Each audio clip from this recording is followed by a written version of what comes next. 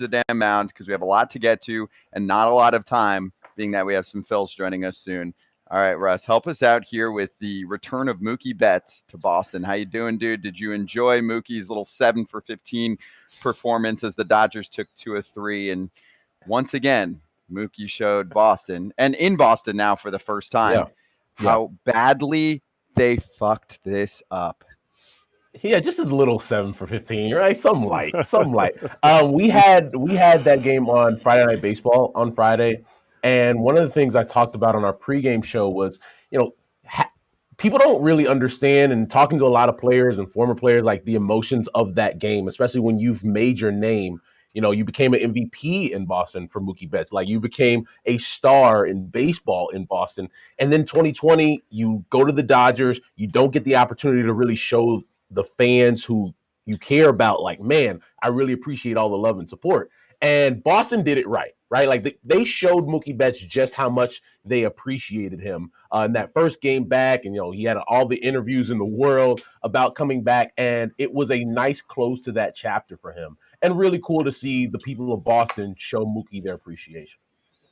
Whose fault is this that he left Boston?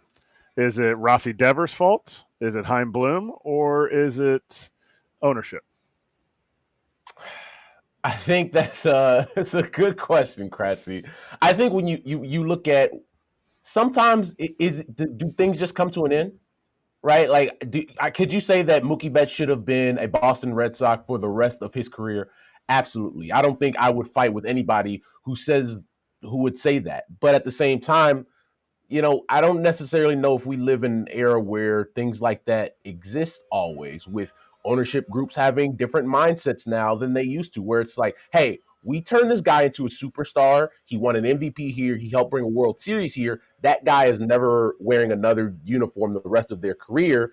I just don't know if we live in a time like that anymore, where even somebody like a future Hall of Famer in Mookie Betts could play in one city the rest of his career. Like, we're going to look at Shohei Ohtani, who you guys were just talking about, who is the best player we've ever seen because he does all these amazing things. And that guy will likely be wearing another jersey. So I think I'm surprised now when a guy can finish a career with one jersey worn.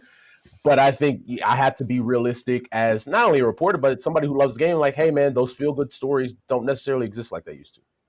Russ, they're the freaking Boston Red Sox, okay? They basically chose Devers over Mookie Betts. And you can't tell me they couldn't afford both.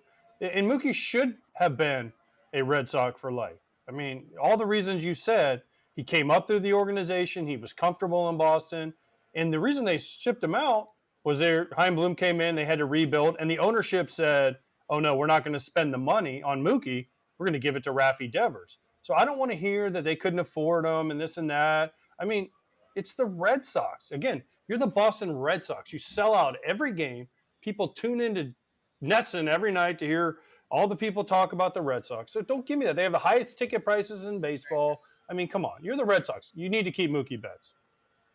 I hear you. And I don't even think they necessarily chose Rafi Devers, because a lot of people, knowing some of the backstory of that, I don't know if a lot of people knew that extension was going to end up happening. And I think what led to that extension happening was that Xander Bogaerts left, right? And when Bogaerts left, it's like, okay, now we can't lose Mookie, Bogaerts, and Rafi Devers. Like, we have to have a cornerstone to build around. And they were able to, get that long extension for Rafi. But I don't know if it was just a foregone conclusion that, all right, well, we're going to just choose this guy over this guy. Like, I think there were a lot of people who were wondering if Rafi Devers would be in the same position as Bogaerts and Mookie Betts.